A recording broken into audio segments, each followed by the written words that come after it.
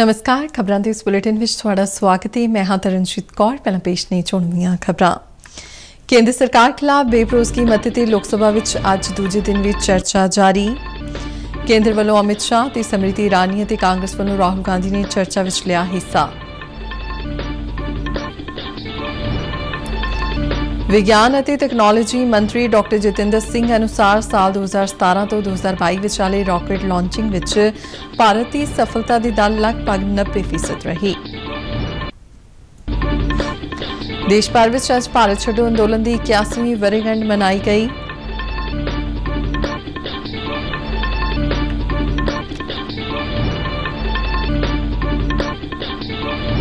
ਮੇਰੀ ਮਾਟੀ ਮੇਰਾ ਦੇਸ਼ ਮੁਹਿੰਮ ਤਹਿਤ ਦੇਸ਼ ਭਰ ਵਿੱਚ ਪ੍ਰੋਗਰਾਮਾਂ ਦਾ ਆਯੋਜਨ।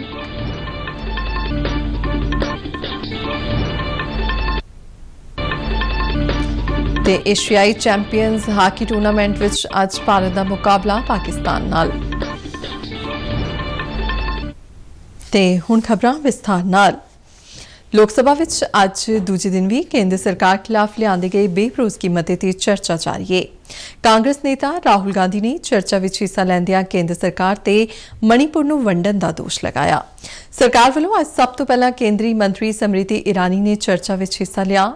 ਸਮ੍ਰਿਤੀ ਇਰਾਨੀ ਨੇ ਰਾਹੁਲ ਗਾਂਧੀ ਦੇ ਬਿਆਨ ਤੇ ਜ਼ੋਰਦਾਰ ਹਮਲਾ ਕੀਤਾ। ਰਾਹੁਲ ਗਾਂਧੀ ਦੇ ਭਾਸ਼ਣ ਤੇ ਜਵਾਬ ਦਿੰਦਿਆਂ ਸਮ੍ਰਿਤੀ ਇਰਾਨੀ ਨੇ ਕਿਹਾ ਕਿ ਮਣੀਪੁਰ ਭਾਰਤ ਦਾ ਅਟੁੱਟ ਅੰਗ ਹੈ। ਕੇਂਦਰੀ ਗ੍ਰਹਿ ਮੰਤਰੀ ਅਮਿਤ ਸ਼ਾਹ ਨੇ ਚਰਚਾ ਵਿੱਚ ਹਿੱਸਾ ਲੈਂਦਿਆਂ ਜੰਮੂ ਕਸ਼ਮੀਰ ਵਿੱਚ ਧਾਰਾ 370 ਖਤਮ ਕਰਕੇ ਉੱਥੋਂ ਦੇ ਹਾਲਾਤ ਸੁਧਾਰਨ ਦਾ ਸਿਹਰਾ ਮੋਦੀ ਸਰਕਾਰ ਸਿਰ ਬੰਨਿਆ। ਉਨ੍ਹਾਂ ਕਿਹਾ ਕਿ ਕਸ਼ਮੀਰ ਦੇ ਸੁਖਦ ਹਾਲਾਤ ਕੇਂਦਰ ਸਰਕਾਰ ਦੇ ਯਤਨਾਂ ਸਦਕਾ ਹੀ ਸੰਭਵ ਹੋ ਸਕਿਆ ਹੈ। ਇਸ ਦੌਰਾਨ ਰਾਜ ਸਭਾ ਦੀ ਕਾਰਵਾਈ ਵਿੱਚ ਅੱਜ ਵਿਰੋਧੀ ਧਿਰ ਵੱਲੋਂ ਕੀਤੇ ਗਏ ਹੰਗਾਮੇ ਕਾਰਨ ਕਈ ਵਾਰ ਰੁਕਾਵਟ ਪਈ। ਇਸ ਸ਼ੋਰ ਸ਼ਰਾਬੇ ਦੇ ਬਾਵਜੂਦ ਸਦਨ ਵਿੱਚ ਸੰਵਿਧਾਨ ਅਨੁਸੂਚਿਤ ਜਾਤੀ ਆਦੇਸ਼ ਸੋਧ ਬਿੱਲ 2023 ਪਾਸ ਕਰ ਦਿੱਤਾ ਗਿਆ। ਵਿਗਿਆਨ ਅਤੇ ਤਕਨਾਲੋਜੀ ਮੰਤਰੀ ਡਾਕਟਰ ਜਤਿੰਦਰ ਸਿੰਘ ਨੇ ਕਿਹਾ ਕਿ ਸਾਲ 2017 ਤੋਂ 2022 ਵਿਚਾਲੇ ਰਾਕੇਟ ਲਾਂਚਿੰਗ ਵਿੱਚ ਭਾਰਤ ਦੀ ਸਫਲਤਾ ਦੀ ਦਰ ਲਗਭਗ 90% ਰਹੀ ਹੈ। ਉਨ੍ਹਾਂ ਕਿਹਾ ਕਿ ਅਮਰੀਕਾ, ਰੂਸ ਅਤੇ ਚੀਨ ਦੇ ਬਰਾਬਰ ਹੈ। ਅੱਜ ਲੋਕ ਸਭਾ ਵਿੱਚ ਇੱਕ ਲਿਖਤੀ ਜਵਾਬ ਵਿੱਚ ਡਾਕਟਰ ਜਤਿੰਦਰ ਸਿੰਘ ਨੇ ਕਿਹਾ ਕਿ ਪਿਛਲੇ 10 ਸਾਲਾਂ ਵਿੱਚ ਭਾਰਤ ਦੇ 52 ਰਾਕੇਟ ਲਾਂਚਾਂ ਵਿੱਚੋਂ ਸਿਰਫ 3 ਹੀ ਅਸਫਲ ਰਹੇ ਨੇ। ਉਨ੍ਹਾਂ ਇਹ ਵੀ ਕਿਹਾ ਕਿ ਸਰਕਾਰ ਨੇ ਭਾਰਤੀ ਪੁਲਾੜ ਨੀਤੀ 2023 ਨੂੰ ਮਨਜ਼ੂਰੀ ਦੇ ਦਿੱਤੀ ਹੈ। ਡਾਕਟਰ ਜਤਿੰਦਰ ਸਿੰਘ ਨੇ ਕਿਹਾ ਕਿ ਇਹ ਨੀਤੀ ਪੁਲਾੜ ਖੇਤਰ ਵਿੱਚ ਗੈਰ ਸਰਕਾਰੀ ਸੰਸਥਾਵਾਂ ਦੀ ਵਧੀ ਹੋਈ ਹਿੱਸੇਦਾਰੀ ਨੂੰ ਮਨਜ਼ੂਰੀ ਦਿੰਦੀ ਹੈ। ਰੇਲ ਮੰਤਰੀ ਅਸ਼ਵਨੀ ਵੈਸ਼ਨਵ ਨੇ ਕਿਹਾ ਕਿ ਇਸ ਸਾਲ 1 ਅਪ੍ਰੈਲ ਤੱਕ ਦੇਸ਼ ਭਰ ਵਿੱਚ 20,000 ਕਿਲੋਮੀਟਰ ਤੋਂ ਵੱਧ ਦੀ ਲੰਬਾਈ ਵਾਲੇ 231 ਦੋਹਰੇ ਪ੍ਰੋਜੈਕਟਾਂ ਨੂੰ ਜਾਂ ਤਾਂ ਮਨਜ਼ੂਰੀ ਮਿਲ ਚੁੱਕੀ ਹੈ ਜਾਂ ਨਿਰਮਾਣ ਅਧੀਨ ਨੇ। ਲੋਕ ਸਭਾ ਵਿੱਚ ਇੱਕ ਲਿਖਤੀ ਜਵਾਬ ਵਿੱਚ ਉਨ੍ਹਾਂ ਕਿਹਾ ਕਿ ਕੁੱਲ ਲੰਬਾਈ 'ਚੋਂ ਲਗਭਗ 5,500 ਕਿਲੋਮੀਟਰ ਇਸ ਸਾਲ ਮਾਰਚ ਤੱਕ ਚਾਲੂ ਹੋ ਚੁੱਕੀ ਹੈ। ਉਨ੍ਹਾਂ ਅੱਗੇ ਕਿਹਾ ਕਿ ਇਸ ਸਮੇਂ ਦੌਰਾਨ ਲਗਭਗ 33,000 ਕਿਲੋਮੀਟਰ ਲੰਬਾਈ ਦੇ 191 ਰੇਲਵੇ ਬਿਜਲੀਕਰਨ ਪ੍ਰੋਜੈਕਟਾਂ ਨੂੰ ਮਨਜ਼ੂਰੀ ਦਿੱਤੀ ਗਈ ਹੈ। ਸਰਕਾਰ ਨੇ ਦੱਸਿਆ ਕਿ ਦੇਸ਼ ਵਿੱਚ ਹੁਣ ਤੱਕ 99% ਤੋਂ ਵੱਧ ਰਾਸ਼ਨ ਕਾਰਡਾਂ ਨੂੰ ਆਧਾਰ ਕਾਰਡ ਨਾਲ ਜੋੜਿਆ ਜਾ ਚੁੱਕਿਆ ਹੈ। ਖਪਤਕਾਰ ਮਾਮਲੇ, ਖੁਰਾਕ ਅਤੇ ਜਨਤਕ ਵੰਡ ਬਾਰੇ ਰਾਜ ਮੰਤਰੀ ਸਾਧਵੀ ਨਿਰੰਜਨ ਜਯੋਤੀ ਨੇ ਲੋਕ ਸਭਾ ਵਿੱਚ ਇਹ ਜਾਣਕਾਰੀ ਇੱਕ ਪ੍ਰਸ਼ਨ ਦੇ ਜਵਾਬ ਵਿੱਚ ਦਿੱਤੀ। ਉਨ੍ਹਾਂ ਦੱਸਿਆ ਕਿ ਸਰਕਾਰ ਨੇ ਸੂਬਿਆਂ ਅਤੇ ਕੇਂਦਰ ਸ਼ਾਸਿਤ ਪ੍ਰਦੇਸ਼ਾਂ 'ਚ ਰਾਸ਼ਨ ਕਾਰਡ ਨੂੰ ਆਧਾਰ ਨਾਲ ਜੋੜਨ ਲਈ ਦਿੱਤੀ ਗਈ ਸਮੇਂ ਸੀਮਾ ਇਸ ਸਾਲ ਸਤੰਬਰ ਤੱਕ ਵਧਾ ਦਿੱਤੀ ਹੈ।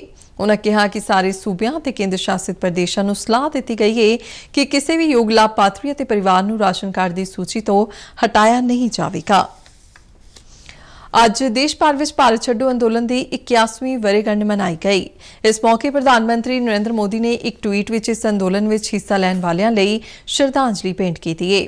ਅੱਜ ਦੇ ਦਿਨ 9 ਅਗਸਤ 1942 ਨੂੰ ਭਾਰਤ ਛੱਡੋ ਅੰਦੋਲਨ ਸ਼ੁਰੂ ਹੋਇਆ ਸੀ। ਇਸੇ ਦਿਨ ਰਾਸ਼ਟਰਪਿਤਾ ਮਹਾਤਮਾ ਗਾਂਧੀ ਦੀ ਅਗਵਾਈ ਵਿੱਚ ਕੁਇਟ ਇੰਡੀਆ ਮੂਵਮੈਂਟ ਯਾਨੀ ਭਾਰਤ ਛੱਡੋ ਅੰਦੋਲਨ ਸ਼ੁਰੂ ਹੋਇਆ ਸੀ। ਮਹਾਤਮਾ ਗਾਂਧੀ ਨੇ ਅੰਗਰੇਜ਼ਾਂ ਨੂੰ ਸਾਫ਼-ਸਾਫ਼ ਕਿਹਾ ਸੀ ਕਿ ਕੁਇਟ ਇੰਡੀਆ। ਇਸ ਦੇ ਕੁਝ ਸਮੇਂ ਬਾਅਦ ਦੇਸ਼ ਵਿੱਚ ਜਾਗ੍ਰਿਤੀ ਅਤੇ ਚੇਤਨਾ ਆ ਗਈ ਸੀ ਤੇ ਆਖਰ ਅੰਗਰੇਜ਼ਾਂ ਨੂੰ ਭਾਰਤ ਨੂੰ ਛੱਡਣਾ ਹੀ ਪਿਆ ਸੀ। ਅੱਜ ਸਾਡੇ ਸਾਹਮਣੇ ਵਿਕਸਿਤ ਭਾਰਤ ਨਿਰਮਾਣ ਦਾ ਸੁਪਨਾ ਹੈ, ਸੰਕਲਪ ਹੈ। ਇਸ ਸੰਕਲਪ ਦੇ ਸਾਹਮਣੇ ਕੁਝ ਬੁਰਾਈਆਂ, ਰੁਕਾਵਟਾਂ ਬਣੀਆਂ ਹੋਈਆਂ ਨੇ। ਇਸ ਲਈ ਅੱਜ ਭਾਰਤ ਇੱਕ ਸੁਰ ਵਿੱਚ ਇਹਨਾਂ ਬੁਰਾਈਆਂ, ਭ੍ਰਿਸ਼ਟਾਚਾਰ, ਪਰਿਵਾਰਵਾਦ ਅਤੇ ਅਪੀਜ਼ਮੈਂਟ ਨੂੰ ਕੁਇਟ ਇੰਡੀਆ ਕਹਿ ਰਿਹਾ ਹੈ। ਲੋਕ ਸਭਾ ਵਿੱਚ ਸਦਨ ਦੀ ਕਾਰਵਾਈ ਦੀ ਸ਼ੁਰੂਆਤ ਵਿੱਚ ਹੀ ਭਾਰਤ ਛੱਡੋ ਅੰਦੋਲਨ ਦੇ ਸੁਤੰਤਰਤਾ ਸੰਗਰਾਮੀਆਂ ਨੂੰ ਸ਼ਰਧਾਂਜਲੀ ਦਿੱਤੀ ਗਈ। ਨਾਲ ਹੀ ਜਾਪਾਨ ਵਿੱਚ ਅੱਜ ਦੇ ਹੀ ਦਿਨ ਡੇਗੇ ਪਰਮਾਣੂ ਬੰਬ ਦੇ ਪੀੜਤਾਂ ਨੂੰ ਵੀ ਕੁਝ ਸਮਾਂ ਮੌਨ ਰੱਖ ਕੇ ਯਾਦ ਕੀਤਾ ਗਿਆ।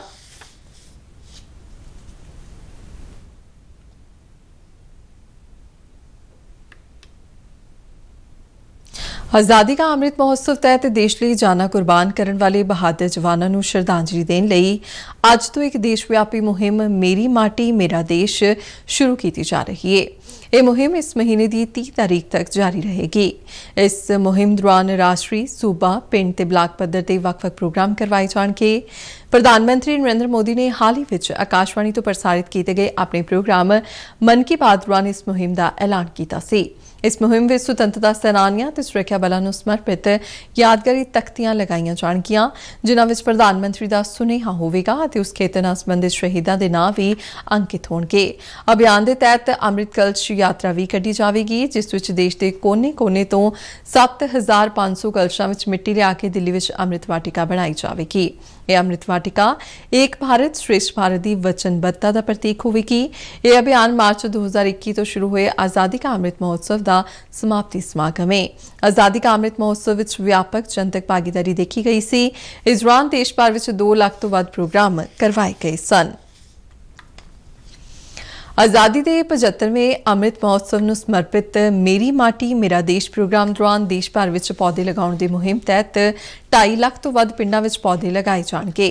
देश के बाकी हिस्सों वांग पंजाब के बठिंडा जिले में भी अज इसकी शुरुआत की गई। नेहरू युवा केंद्र बठिंडा जिले के यूथ अफसर हरशरण सिंह ने दस्सिया कि बठिंडा के 250 तो वध पिंडां विच पौधे लगाए जाणगे।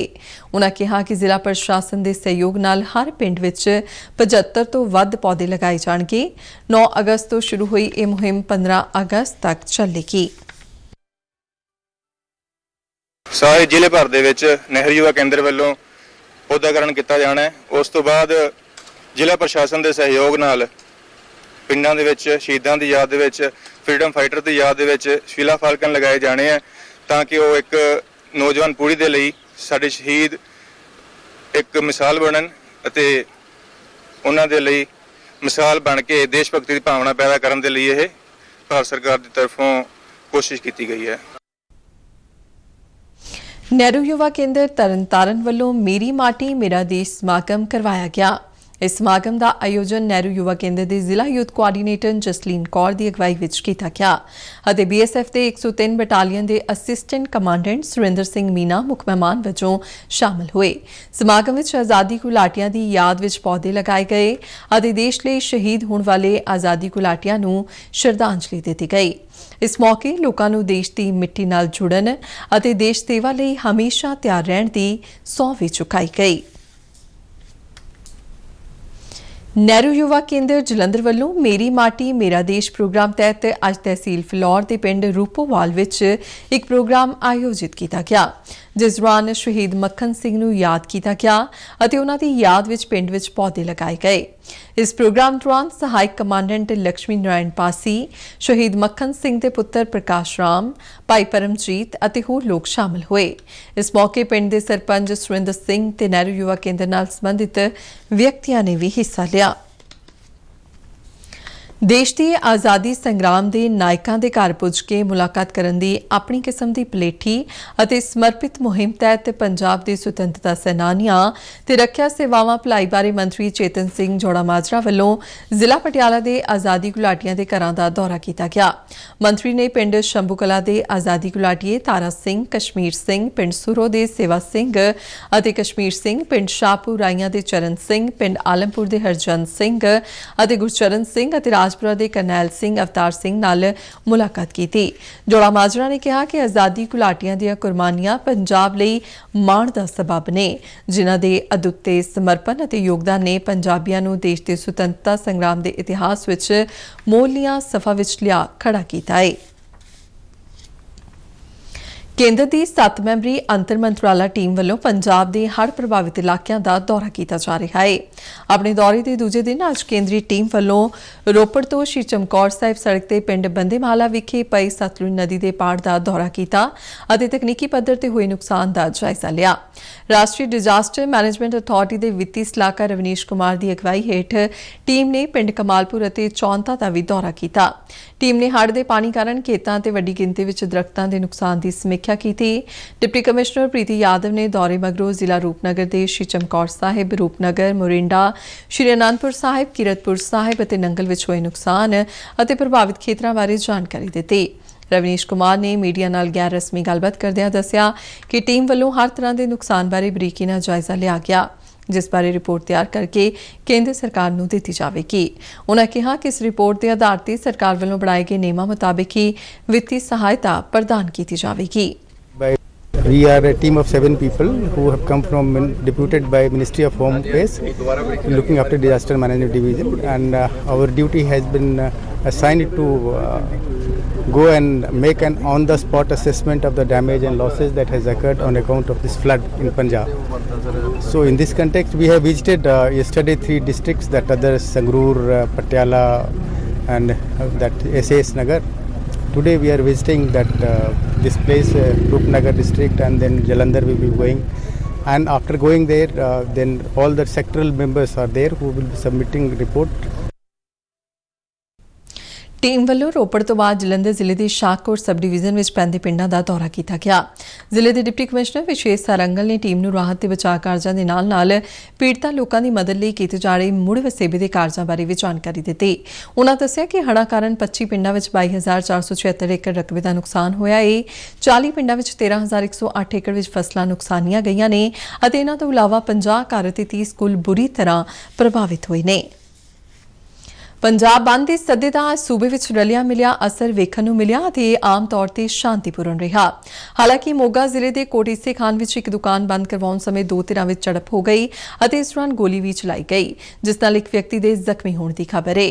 मणिपुर में वापरियां घटनावां के रोस वजों कुछ जथेबंदियां ने सवेरे 9 बजे तो शाम 5 बजे तक इस बंद का सੱਦਾ दिता सी। ਵੱਖ-ਵੱਖ ਜ਼ਿਲ੍ਹਿਆਂ ਤੋਂ ਸਾਡੇ ਪੱਤਰਕਾਰਾਂ ਵੱਲੋਂ ਭੇਜੀਆਂ ਰਿਪੋਰਟਾਂ ਅਨੁਸਾਰ ਬੰਦ ਦਾ ਸੜਕੀ ਆਵਾਜਾਈ ਤੇ ਕਾਫੀ ਅਸਰ ਪਿਆ ਅਤੇ ਬਾਜ਼ਾਰ ਤੇ ਹੋਰ ਵਪਾਰਕ ਅਦਾਰੇ ਵੀ ਬੰਦ ਰਹੇ। ਹਾਲਾਂਕਿ ਬੈਂਕਾਂ ਤੇ ਕੇਂਦਰ ਤੇ ਸੂਬਾ ਸਰਕਾਰ ਦੇ ਦਫ਼ਤਰਾਂ ਵਿੱਚ ਕੰਮ ਆਮ ਵਾਂਗ ਹੀ ਚੱਲਦਾ ਰਿਹਾ। ਕਈ ਜ਼ਿਲ੍ਹਿਆਂ ਵਿੱਚ ਨਿੱਜੀ ਵਿਦਿਅਕ ਅਦਾਰਿਆਂ ਨੂੰ ਇਹਤਿਆਤਨ ਪਹਿਲਾਂ ਹੀ ਬੰਦ ਕਰ ਦਿੱਤਾ ਗਿਆ ਸੀ। ਬੰਦ ਕਾਰਨ ਲੋਕਾਂ ਨੂੰ ਖੱਜਲ ਖੁਆਰ ਹੋਣਾ ਪਿਆ।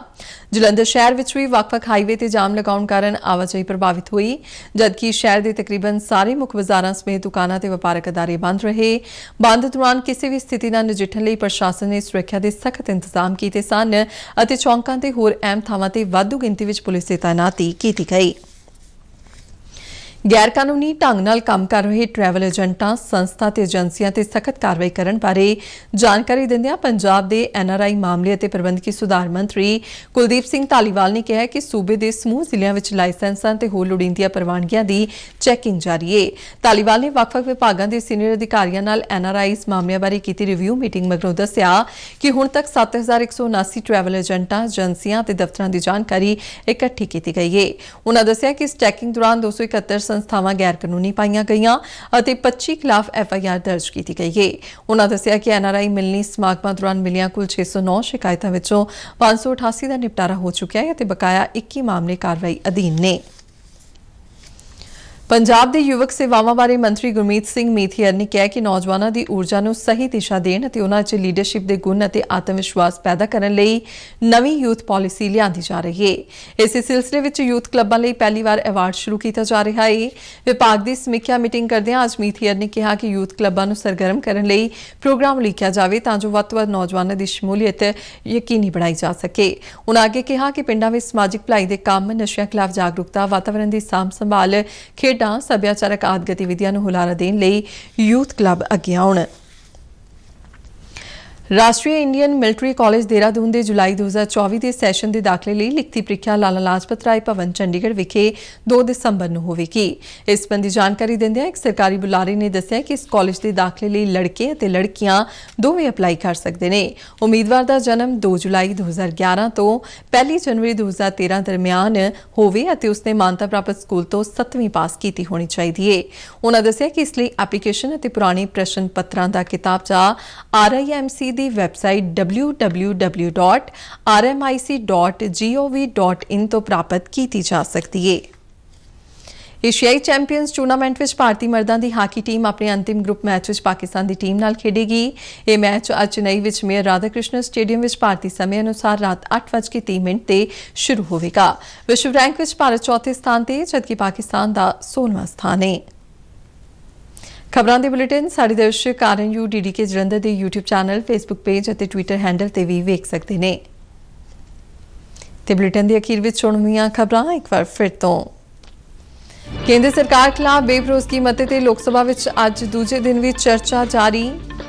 केंद्र वालों अमित शाह ते समृति ईरानी ते कांग्रेस वालों राहुल गांधी ने चर्चा विच लिया हिस्सा।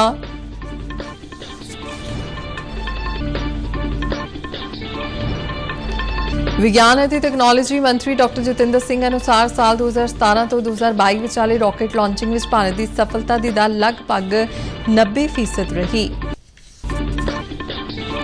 देश भर विच अज भारत छड्डो अंदोलन की 81वीं वर्षगांठ मनाई गई। मेरी माटी मेरा देश मुहिम तहत देश भर विच प्रोग्रामां दा आयोजन। ते एशियाई चैंपियंस हाकी टूर्नामेंट विच अज भारत दा मुकाबला पाकिस्तान नाल। ते इस नाल ही खबरां दा बुलेटिन खत्म हुंदा है। इजाजत दिओ, नमस्कार।